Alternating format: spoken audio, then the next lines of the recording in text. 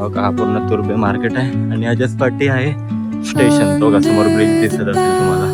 तर आपला जातवाद होणारच नाही. काय बोलतो, सर्व जे समाज सुधारक होते ते सर्व आपल्यासाठीच काम केलं, सर्वांसाठी काम केलं. Hello guys, good morning, welcome to my new blog जिसका नाम है दिनेश भोले ब्लॉग.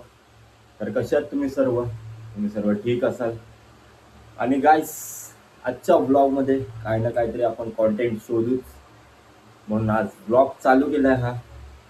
आणि गाइस बोललो सकाळीच ब्लॉग चालू करतो, परत संध्याकाळी सुटल्यावरती टाइम भेटेल नाही भेटेल पेक्षा आत्ता बनवलं तर पुढे कॉन्टेंट कसा भेटत जातो. बोललो सकाळीच ब्लॉग चालू करूया. आणि डेली सारखं आपल्याला काय सुट्टी तर नसतेच. आता चाललोय ऑफिसला, तिकडनं परत जायचं आहे साईडवरती. हीच आपली आजकाल दिनचर्या, रुटीन, डेली रुटीन झालंय.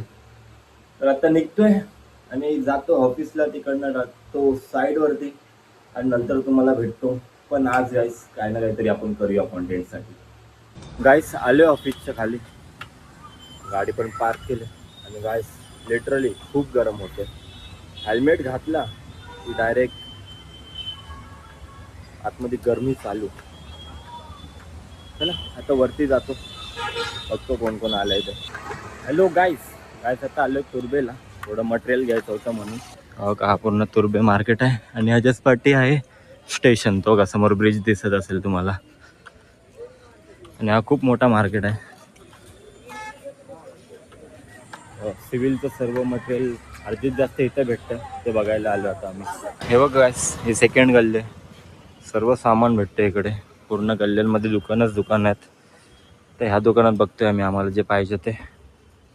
गाईस काय गरम होतं यार ह्या साईडला, मगापासून कंटाळा आलाय उन्हात फिरून फिरून. आणि एकतर ते घाम, खूप ऊन आहे या साईडला. आणि त्यावरती मी बाईक घेऊन आलोय. आता जाताना अजून त्या उन्हातून जायचं, वैताग आलाय. आणि अजून लंच पण नाही केला. आता जाणार 3 वाजतील जायला, तेव्हा लंच करणार. गाईस आता निघतोय इथून, अजून एक ठिकाणी आलो आता. आणि आता आपली भूक लागली ना, बेकार एकदम. आणि हालत बघा कसली झाली माझी. हा एरिया ओळखता का तुम्ही?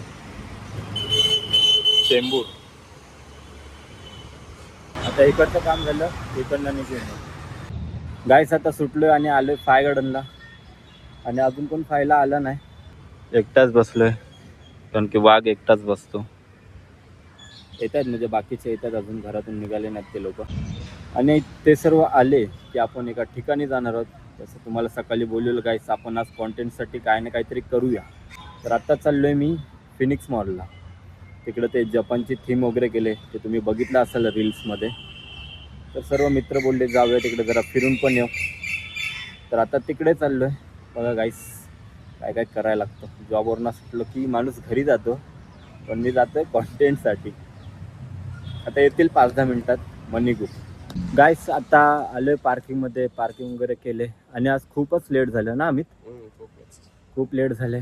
आणि गाईस आज तुम्हाला सांगायचंच राहून गेलं, आज आहे श्री पूजनीय महात्मा ज्योतिराव फुले यांच्या जयंती पण आहे. तर त्यांची पण तुम्हाला खूप खूप शुभेच्छा जयंतीच्या.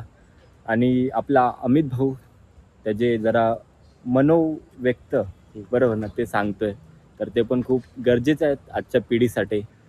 आज आपली श्री महात्मा फुले यांची जयंती. स्त्रियांना शिक्षणाचा आधार, आणि त्यांनी ब्राह्मण जात म्हणजे ॲक्च्युली सगळ्या ब्राह्मणांना बोलू शकत नाही, पण काय होते मनोवादी, त्यांचे विचार मारून आपल्या बायकोला शिक्षण देऊन यांनी त्यांच्या बायकोनी श्री सावित्रीबाई फुले यांनी महिलांना जे शिक्षण दिलं, रोजगार प्राधान्य दिलं. हे बोलून थोडक्यात बोलून व्यक्त होणार नाही. तर मला एवढंच बोलायचं आहे, महात्मा फुले जयंती ही फक्त मराठी माणसांची नसून नाही की ही एक जातीची असून ही आपल्या महाराष्ट्राची आहे. आणि जे स्त्री आहेत ह्या लोकांनी पण समजलं पाहिजे की आपले जर ते थोर व्यक्ती नसते तर त्यांना पण आज एवढं मोठं शिक्षण किंवा तुम्हाला मी बोलून व्यक्त करू शकत नाही, कारण की माझ्याकडे थोड्या चुका होऊ शकतात. बरोबर आहे, पण तुझ्या त्या भावना होत्या ते तू सांगतोयस. तर मला एवढंच बोलायचं आहे की आपले महात्मा ज्योतिराव फुले यांची जयंती असून ही जयंती आपण सगळ्यांनी साजरी केली पाहिजे. होती म्हणजे आता साजरी केली होती, तुम्ही पुढच्या वर्षी करा. तुम्ही पुढच्या वर्षी करा बस, अजून काय नाही. आणि गाईस तसेच ते एक समाज सुधारक आणि विचारधारक होते. विचारधारक होते. आणि अमितचं असं बोलणं आहे की तुम्ही ती जयंती साजरी करा, कारण की ते खूप थोर व्यक्ती होते, त्यांना विसरून चालणार नाही असे त्याची एक भावना होती, ती त्यांनी तुम्हाला सांगितली. तर मला एवढं बोलायचं आहे, जर माझ्याकडनं काही चुकी झाली असेल तर मला त्याची क्षमा असावी. आणि आपले जे विचार होते ते आम्ही मांडलेत. तुम्ही पण सपोर्ट करा. आपले महापुरुष, पहिली गोष्ट आपला हा महाराष्ट्र आहे, हा जातीत नाही आहे. बरोबर आहे. आपल्या छत्रपती शिवाजी महाराजांनी आपल्या जातीत नाही वाटलं, आपल्या 18 पगड जातीला घेऊन चालले. चालले. तसेच आपले थोर पुरुष पण होते. तसेच त्याच्यानंतर बाबासाहेबांची पण जन्मोत्सव आहे. जयंती न बोलायचं, आपण जन्मोत्सव बोलला पाहिजे. आणि बाबासाहेब फक्त हे आमच्यासारखे अनुसूचित जातीचेच नव्हते, त्यांनी सगळ्यांचा विचार केला आहे.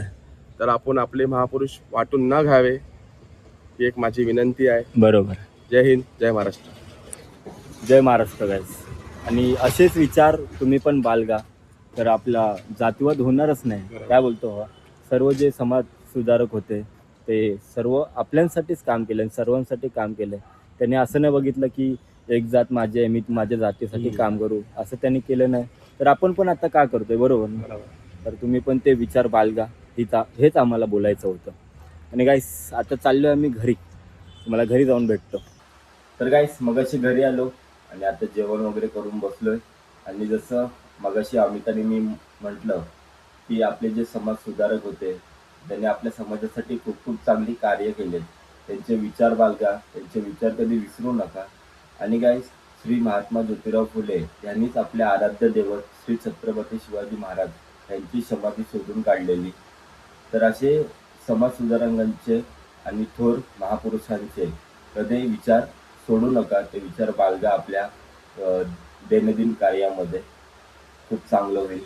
आणि गाईस जसं मगाशी मी फाय गार्डनला बोललो होतो की मी जाणार होतो फिनिक्स मॉलला, पण आमचा प्लॅन तो सडनली कॅन्सल झाला, पण तिकडे काही जाता आलं नाही. मग तिकडनं डायरेक्ट निघून घरी आलो. मध्येच अमित पण भेटलेला, तर थोडं टाइमपास करत आलो घरी. आणि तो प्लॅन कॅन्सल का झाला ते थोडं, आमचे प्लॅन असे होतात आणि लगेच कॅन्सल पण होतात, म्हणून एवढं काही मनावरती घ्यायचं नाही. आणि गाईस आता हा ब्लॉग मी इथे सेंड करतो. ब्लॉग आवडला असेल तर लाईक करा, शेअर करा, कमेंट करा. आणि चॅनलवरती नवीन असाल तर सबस्क्राईब करा. चला गाईस भेटूया नेक्स्ट ब्लॉगमध्ये. बाय.